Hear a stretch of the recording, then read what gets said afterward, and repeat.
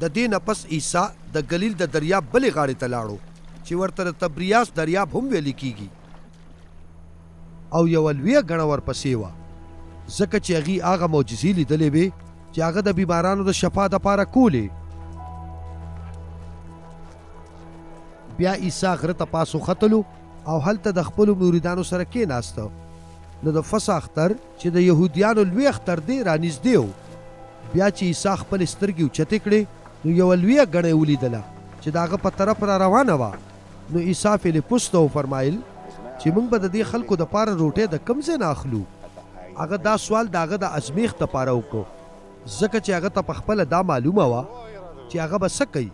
فیلیپوس ورته جواب ورکړ چې د 200 دینارو روټۍ به هم کافي نه وي چې د دې خلکو لږه لږه ورسي. د هغه په مریدانو کې اندریاس چې د شمون پطرس ورور هغه ته وویل چې دلته یو هلک دی چې ورسره د اوربشو 15 روټۍ او 2 کبان شته خو دا د دې دومره ډیرو خلکو دپاره هیڅ هم نه دي. عیسی وفرمایل دا خلک کښېنوئ. هلته په هغه ځای کې ښه ډېر واښه و نو هغې لاندې په ځمکه کښېناستل او ټول تقریبا 15,000 سړي وو.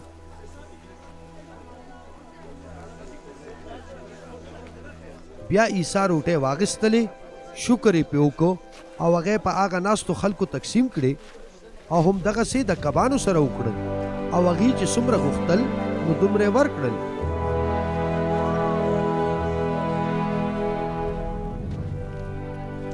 کله چې ټول ښه ماړه شول نو هغه خپلو مریدانو ته وفرمایل دا پاتې شوي ټوکړې راټولې کړئ نو چې هیڅ هم درنه ضایع نه شي. نو هغې هغه راټولې کړې او د اوربشو د 15 روټو د هغه پاتې شوو ټوکړو نه کومې چې خلکو خوړلې وې 12 ټوکرۍ ډکې شوې. کله چې خلکو دا معجزه ولیدله چې عیسی وکړه هغې یو بل ته وویل یقینا دا هغه پیغمبر دی کوم چې دنیا ته راتلونکی و. کله چې عیسی د هغې په نیت پوه شو چې هغې هغه خپل بادشاه جوړول غواړي نو هغه په خپله غره ته واپس لاړو.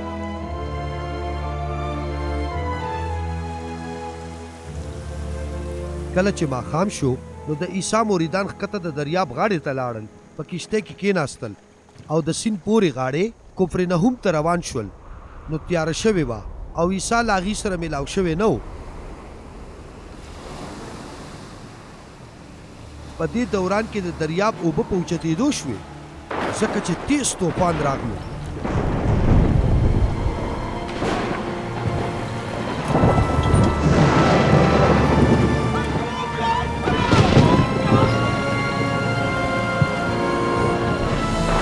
کله چې هغوی 4 میله کشتۍ وچلوله نو هغې عیسی د اوبو د پاسه روان ولیده چې د کشتۍ طرف ته رانږدې کېده او هغې یرې واخیستل.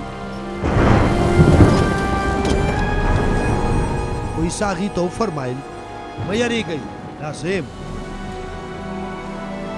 نو بیا هغې دا غوښتل چې عیسی کشتۍ ته راوخیږي او سمدستي کشتۍ هغه غاړې ته ورسېدله چېرته چې دوی روان وو.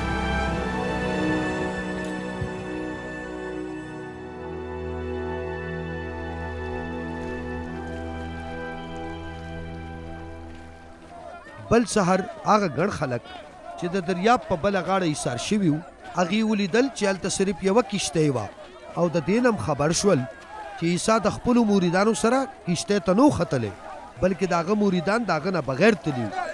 بیا د تبریاس نه نورې کشتۍ دې خوا راغلې چېرته چې خلکو د مالک د شکر ایستلو نه وروستو روټۍ خوړلې وه. کله چې خلکو وکتل چې نه خو عیسی او نه مریدان هلته شته نو هغې په کشتو کې سواره شول او د عیسی په تالاش کې پورې غاړه کفرنهم ته لاړل.